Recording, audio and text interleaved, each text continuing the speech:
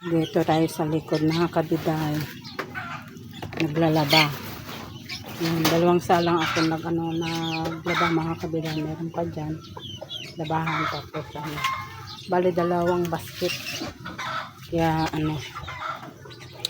nagwashing na lang ako mga kabiday kasi syempre magluluto pa ako at maraming gagawin mga kabiday.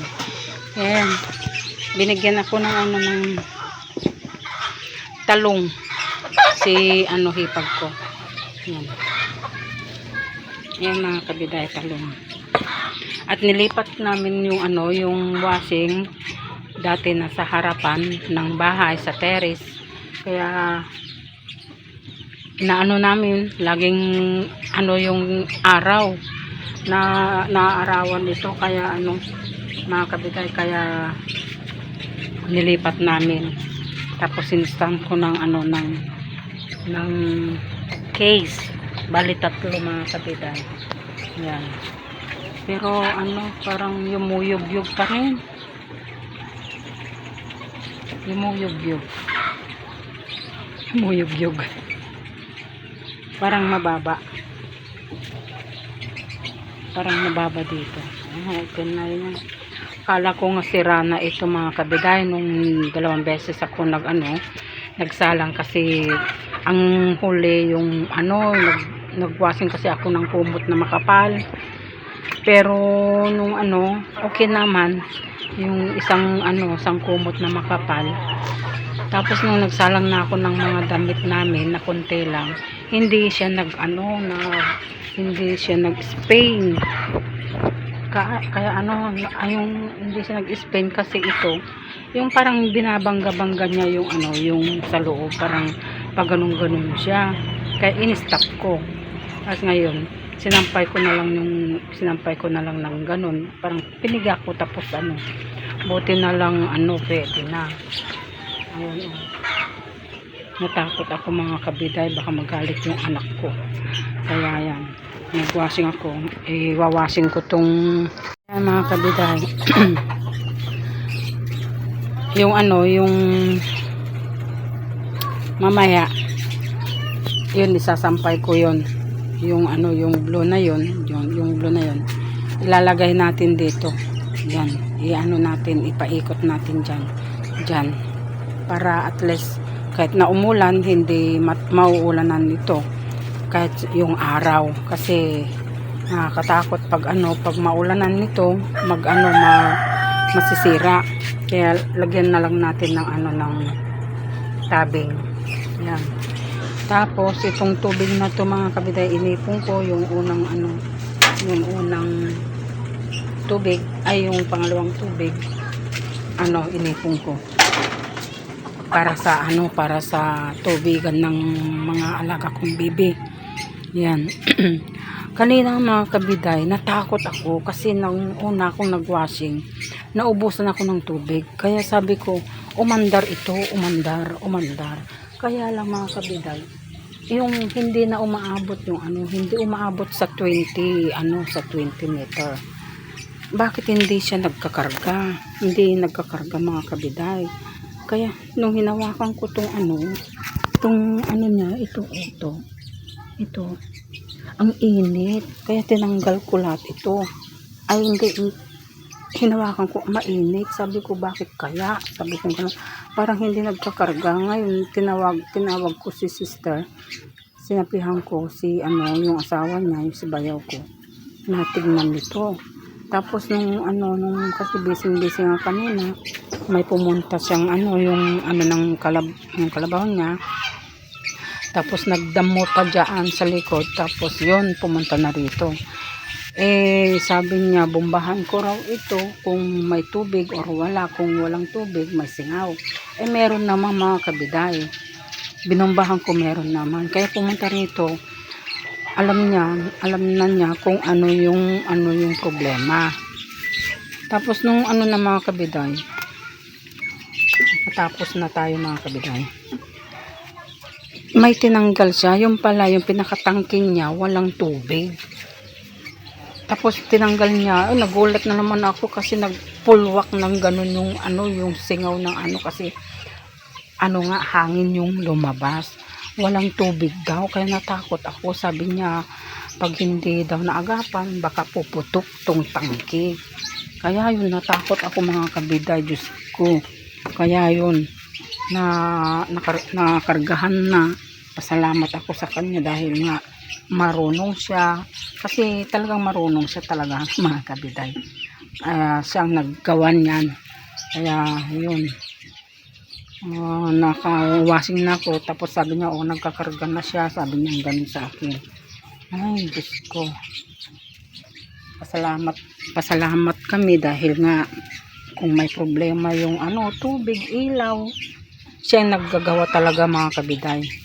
Kasi yung una naming bayaw, asawa ng kapatid ko, yun kasi mga kabiday, mga electrician yun.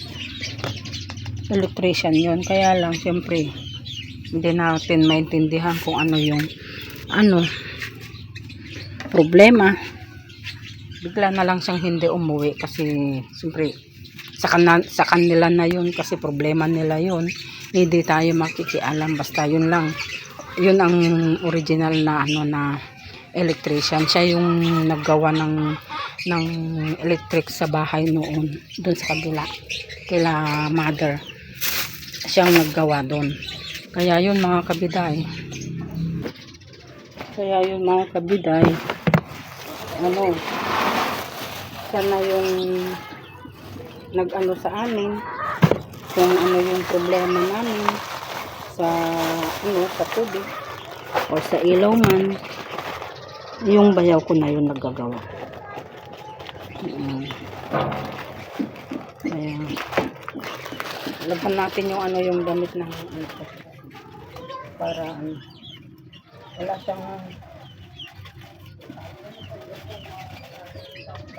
wala siyang madatnan na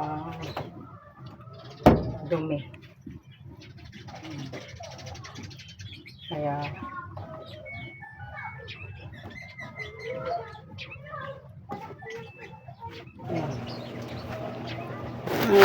magluluto na naman tayo mga kabiday. Ayan, magsasampay na ako ng damit namin dalawang anak ko.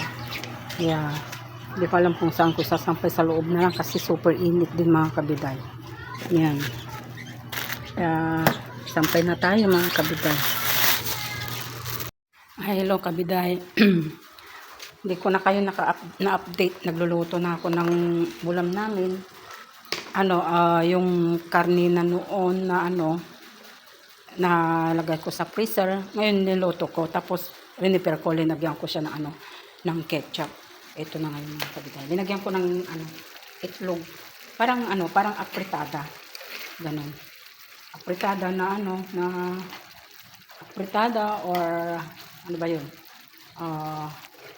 Ano ba yung may pangalan na may ketchup na mga kabiday? Caldereta or pero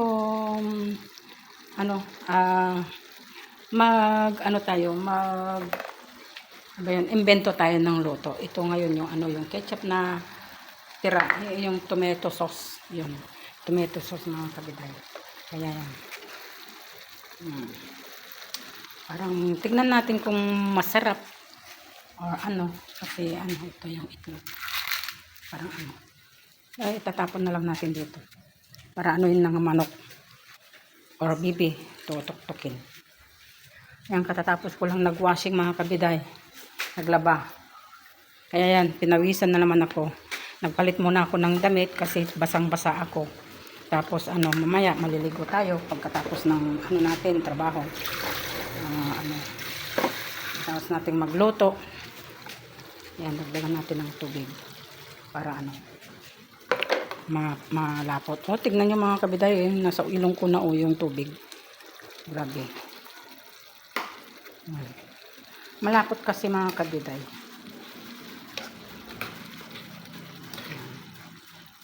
Lagyan natin ng kaunting asukal.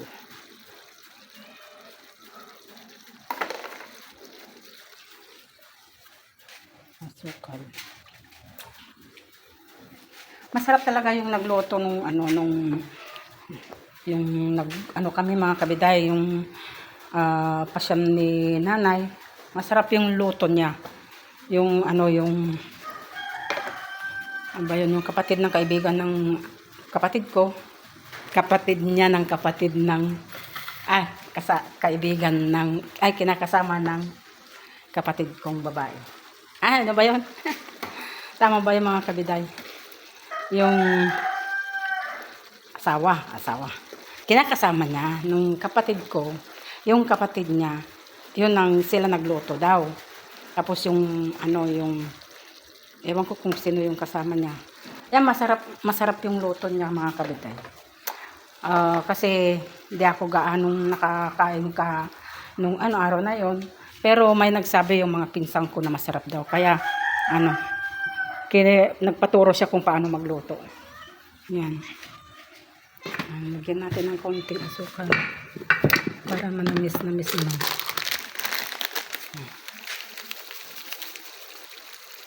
Kasi maasim yung yung tomato sauce.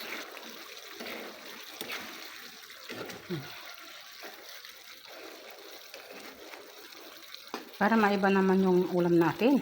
Lagi na lang adobo, manok. Ay, minsan hindi na nga ako kumakain ng manok. Ayan ba to? Uy, sana linuto natin, sinama ko yung yung atay ng baboy, manok. Sarap nun. Tapos na tayo nagluto mga kabidayan. Hindi pa ako nakapagbigay ng ulam nila. Kasi ang init-init, tinatamad ako mga kabiday. Si kuya, sabi ko kukuha siya punta rito. Kaya lang, nandun siya sa likod nagduduyan. Tapos na siguro siyang kumain. Pag pumunta rito, bigyan ko. Yan. Pag may pumunta rito, bigyan ko. Pag walang pumunta, wala. Hindi ako makapunta doon. Kasi ang init-init. Sobra. Hindi pa ako nakapagwalis dito. Ayan pa Ayan, hinugasan ko na yan. Yan. Mga Tapos ito, mga pa. Ay, naku, Diyos mo. Nauuhaw na ako mga kabiday. Walang tubig. Yung yung tubig na inumin mga kabiday. Yung mineral, kasi nag-order pa yung pamangkin ko ng mineral. Siguro dumating na. Kaya mamaya, pagdating ng anak ko, magpakuha ko ng tubig. Kasi walang tubig. Parang nauuhaw na ako mga kabiday. Ayan. Meron pa siguro tubig dito. Kaya parang ang lamig-lamig. Parang yung sikmura ko kung kabiday kasi wala pa akong kanin. Baka na naman ako yung sisikmurahin na naman ako kasi siguro yung nararamdaman ko na masakit dito sa dibdib ko. Baka itong lamig mga kabiday. Nauuhaw na ako Ay, Diyos ko. Nainom ko na yung isang basong tubig.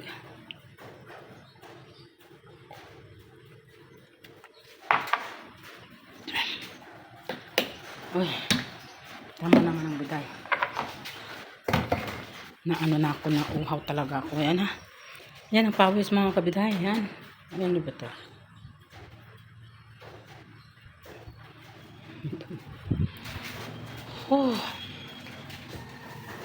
Kung mga kabiday, kung sino yung gustong magpapayat o magpapawis, yung mga hindi nagpapawis, punta kayo rito sa bahay, magpapawis. Talagang papawisan kayo sa sobrang init. Sobrang init dito mga kabiday kasi nga, ayan yero ba naman mga ganyan kahit na may mga bintana, walang kahoy dyan sa labas. Walang kahoy sa labas. Dyan. Wala.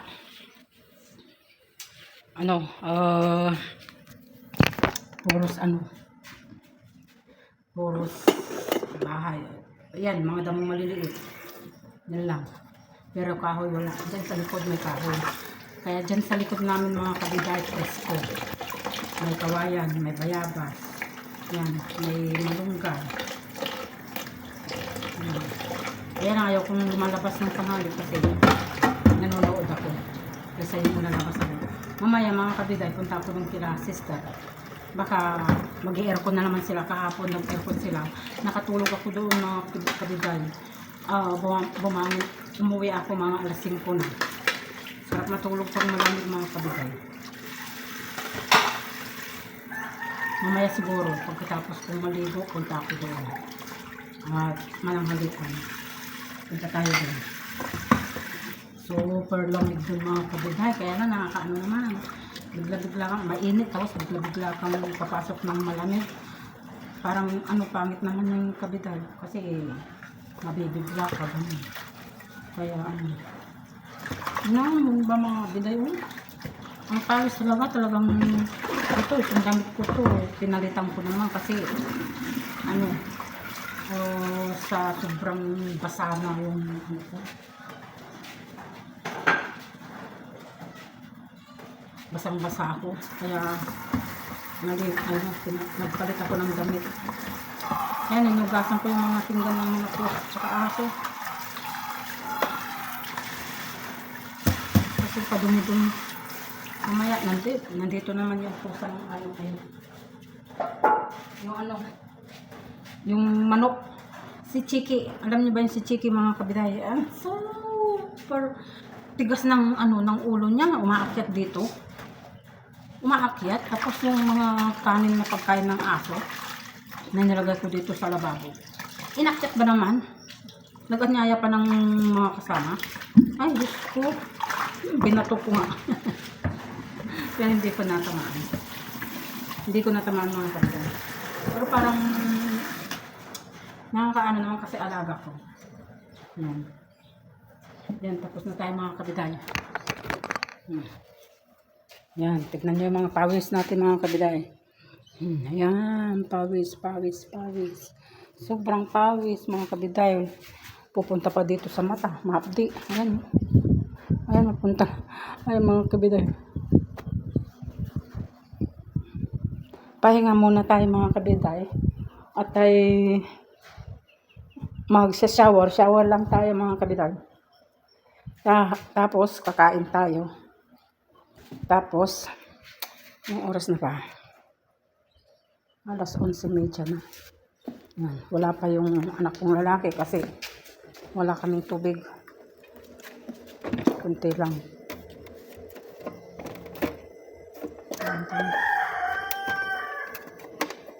Madumi yung ano.